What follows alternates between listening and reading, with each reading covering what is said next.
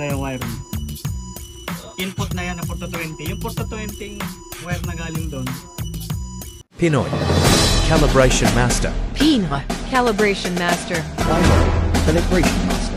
Pinoy Calibration Master. Pinoy Calibration Master. Pinoy Calibration Master. Pinoy Calibration Master. Pinoy Calibration Master. Pinoy Calibration Master.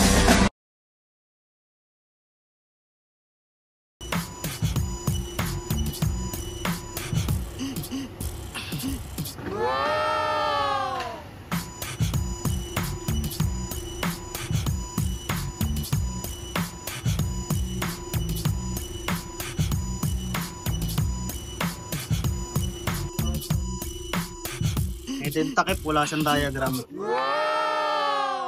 So ngayon, alamin natin dyan kung alin yung ating 420. Tingnan natin doon sa mga symbol niya. Ayan, ito yung supply niya. Yan yung 24 volts. Ayan, nakalaying positive, negative, tsaka neutral. O tapos, meron dito nakalagay na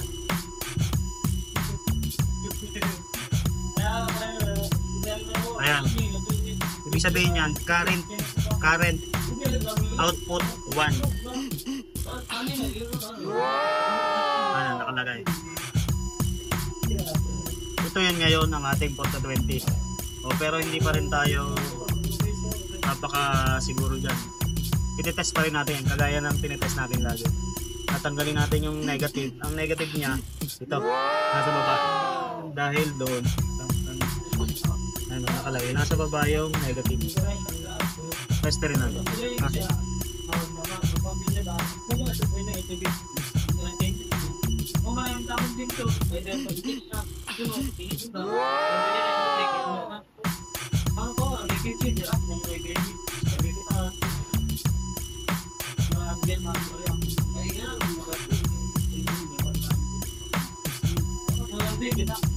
Ano, Aldrin? Ay,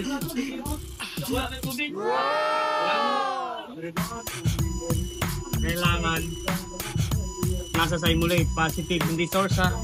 Dito tayo sa ano. Tapos hindi ito source to. Kung mangyari dyan, pag nagkamali tayo, ito source yan, tapos natapat pa natin dito, tapos bigla nating ikinabit doon, nagkakaproblema yan, sasalubong ang source niyan. Kaya para sigurado ka, nasa meter ka, meter, tapos simulate. Ibig sabihin yan, measure ha. Tandaan yan, pag 789 ang gamit yung fluke. Pero sa iba namang fluke, hindi naman kayo makikita kasi measure at source lang. Madali nyo na makita. Pilit. Ayan, tanggalin natin yung negative. Ito kahit hindi mo na to, mamaya na lang natin ito taypan. Testerin lang muna natin.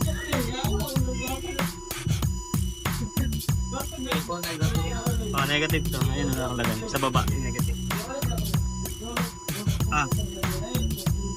Ayaw nito. Yung isang isang screwdriver na yung green, pilit, nandun? Dito ba? Nandito pala, dito. Dito pala.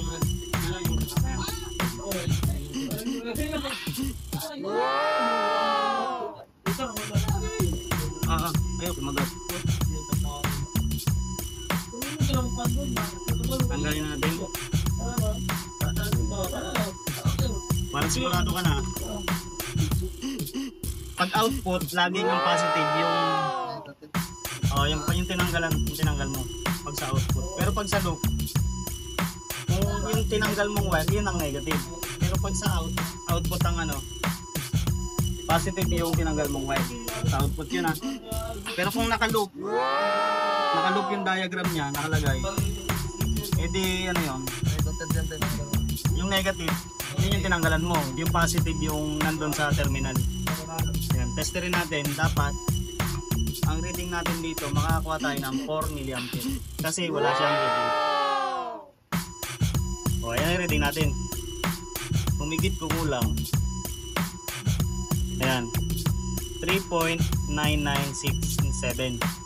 yan ang reading natin. Kaya nakakasigurado na tayo na ito talaga yung output na nakalagay doon. Tama yun. Ay paano kung ano ba, matanggal yung diagram na yan, walang diagram tayo makikita. Ganitong gagawin nyo, testerin nyo. Okay. Ngayon, dahil parehong black, malilito tayo dyan. Malilito tayo dyan pagbalik. Ang gagawin natin, lagyan natin tape.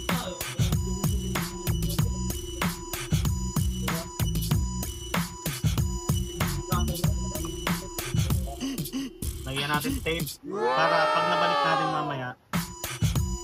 O, tingnan mo nga muna doon kung may reading doon sa controller natin.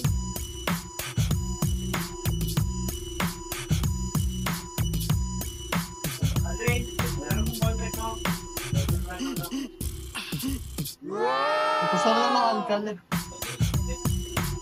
Yung alkali.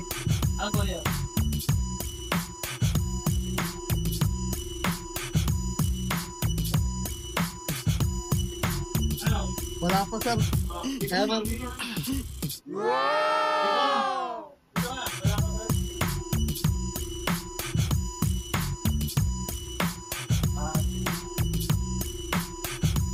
Ayan. Nilagyan ko ng down. Sabihin dito yan. O yung up, automatic doon nakagat. Tapos tandaan natin, parehong nasa gilid. Ayun, nasa gilid siya. Ito yung diagram niya. Yung nasa gilid na yun, yun. Positive yung walang tag. Negative yung may tag. Tingnan natin.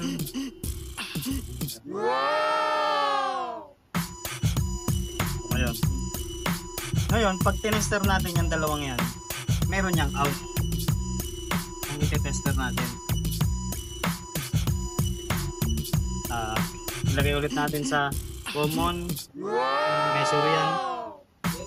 Tapos, positive. Testerin natin para satisfy tayo sa ginagawa natin. Sa taas ay yan, tingnan mo yung ating tester. Ready siya na dikita. Yan, 3.99. Yan, basta ganyan 7. So, yan ang reading yan. Satisfy tayo. Tapos, lagay na natin yung connection natin.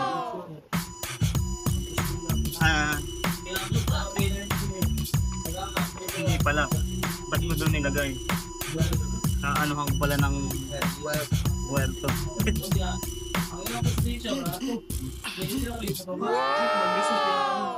Dapat pala doon ko nilagay sa wire. Pero ayun.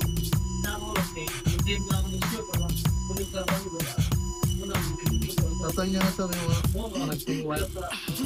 Hindi na, wala nang connection kasi pang ano lang yung pang output. Dito tayo mag-ano sa wire. Mga pala. Controller. So, baguhin natin, tagging natin. Ito yung down. Tandaan natin. Down. Tapos, tester natin yung navigator. Dito naman natin siya.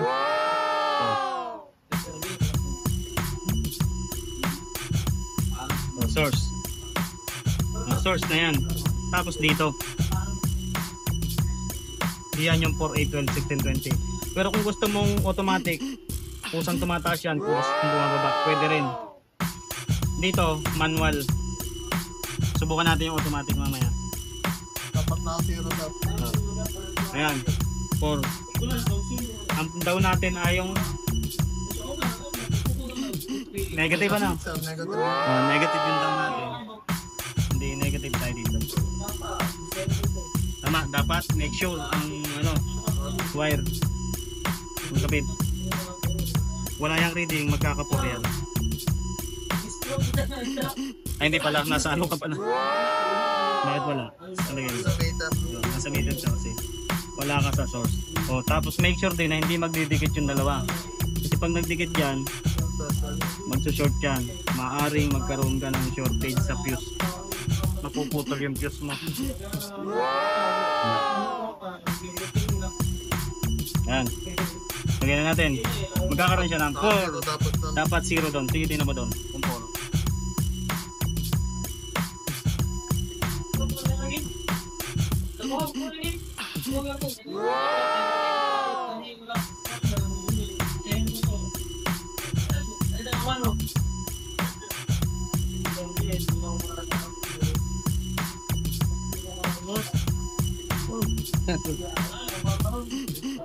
Zero sa. Tapos, subukan natin yung 100% kasi hindi pa natin alam yung range. Ano natin? 20. Malulubat na. Sige, sinin natin 20 din. Para malaman natin kung ano range. 800. Ganun ba rin? 800 yung 100% niya. Ah, 0 lang yung 800 yan. May kulang lang ng araw.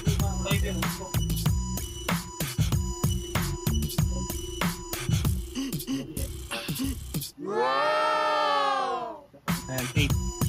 So, ginawa ko muna ng 8. Ginawa ko muna ng 8. 5%. Medyo patagal-tagalin lang natin to kasi galing siya sa taas. Iniiwan pa yan. Patagalin mo na.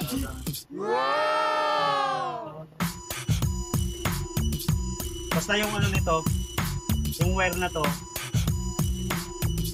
yan, yung wire na yan, ito yung papuntang controller. Ito yung papunta. Ito, may output, yung output na port to 20 niyan, out dito. Ito yung sinusukat. Yun yung sinusukat, yung output na port to 20 nito. Yun yung sinusukat no controller. Kasi indicating controller yun nandun. Tapos ngayon, dahil tinanggal natin yan. Eh, itong wire na to, yung controller doon, wala nang reading. Pinalitan natin ito. Parang ito yung ipinalit natin na output nito. Kaya ito, may source naman tayo dito ngayon. Tapos, yung doon sa terminal ng controller, magiging ano na yun, input. Yung makikita mo yung terminal doon, tingnan natin dito. Magiging input na yung terminal dito. Ito yung wire na. Input na yan na port to 20. Yung port to 20 wire na galing doon. Ito yun. Yan.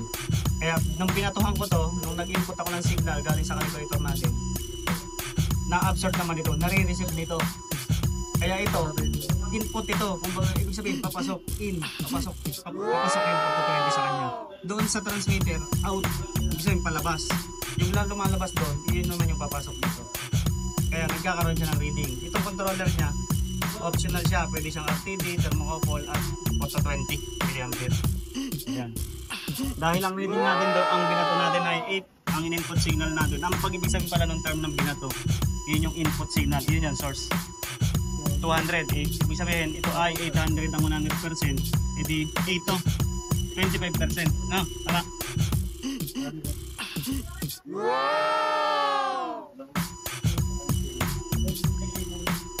Baso. 8. 200 ang reading. Kasi pag 25% natin, nasunod yun ay 50%. Pag 50%, 12 mA yun dapat. Dapat doon ay 400. Check mo daw, 400.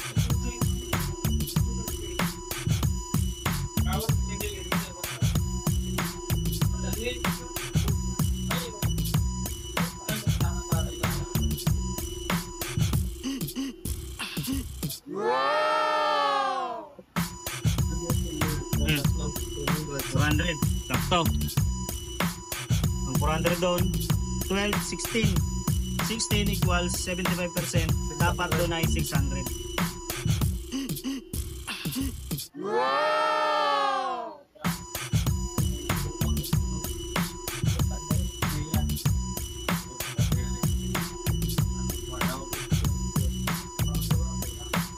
$601 to. Ah, 601.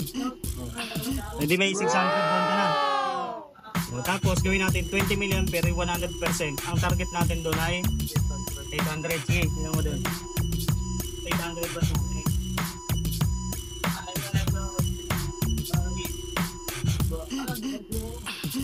Okay.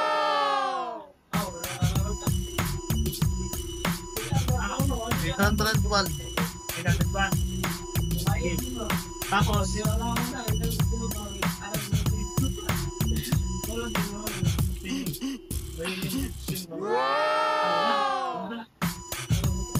patay na. Hindi na kinakaya ng power. Hindi pag 24 volts kasi nahirapan to eh. Ano kasi na 20 milliampere, 24 volts na gamit dun. Tapos itong isang option na to. Ngayon yung taas. Hindi na iset. Pero meron diyang, hindi yan ganyan na dire-diretso. Meron diyang, ayan, yung 4, 8, 12, 16, 20. Yan ulit. Kasi nahihirapan kasi siya kung ayan. Ayan, meron yan naman na ganon. Yung isa-isa. Yung isa kasi, talagang dire-diretso pa, dahan-dahan pa angat. Ito naman, 4, 8, 12. Meron lang 30 seconds yata. Na stabilization. Parang Ayan na, 12 na. Automatic siya mababago. Kung gano'n ang gusto mo. Pero akin, mas gusto ko yung manual. set. Manual. Ayan. Ayan, okay na. Sige, ano, hindi, di ba? Ibabalik ko muna dati. Kailangan babalik siya sa normal. Ito na nga, ay down na, no? Down. Tunahin na natin itong natataas para sigurado lang. Ito yung positive.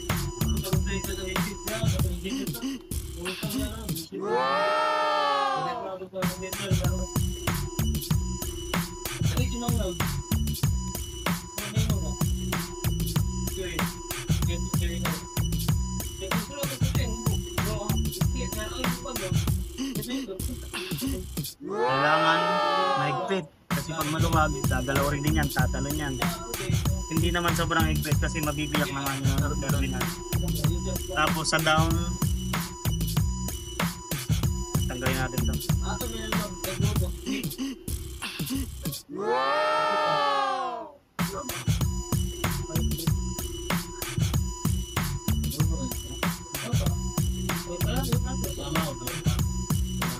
Tapos nasa ilalim siya dapat ng nut. Anak. May nut din yan eh. Ewan kung naibalik ba. Hindi ko nakita ng nut niya. Ayan. Kailangan walang galaw. Hindi rin sobrang Zero na rin. dapat zero reading na rin.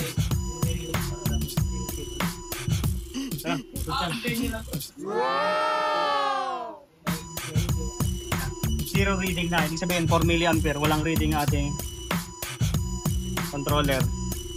Wala natin to. 629. Ilan yan? Palagay mo. Aldrin. Ano yan? Napalagay 0 to 800 yan. Diba? Napalagay mo. Ilan to? 16.29. 6.29 na. Diba? Galing ah. Sige nga. Bagay nga natin. Gawin natin 0 ang range. 0 to 800 range. Tapos ang reading natin ay ang reading ay 16.58. Nasagot mo kayo? Ikaw? 16.58 yung tama. Yan.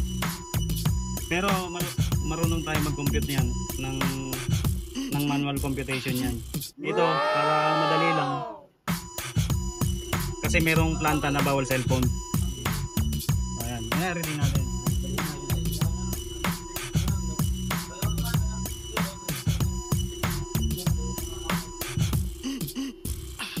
Dahil nabalik na natin. Take natin.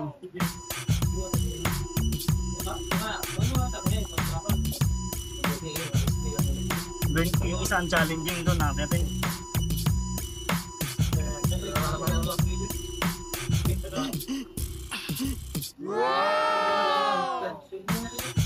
Kaya maluwag to.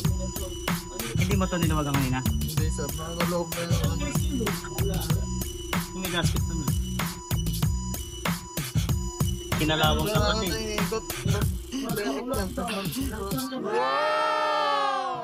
Milik yan?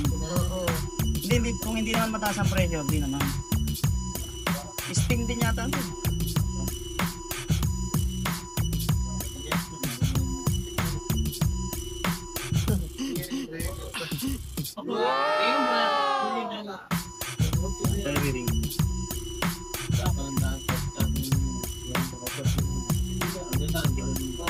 Kung pareho ang reading ito at pareho yung sa controller, ibig sabihin, okay yung signal nyo.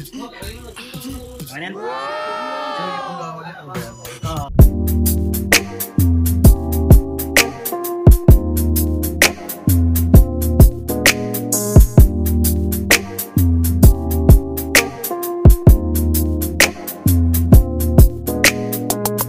Subscribe Naaman, KO Masters.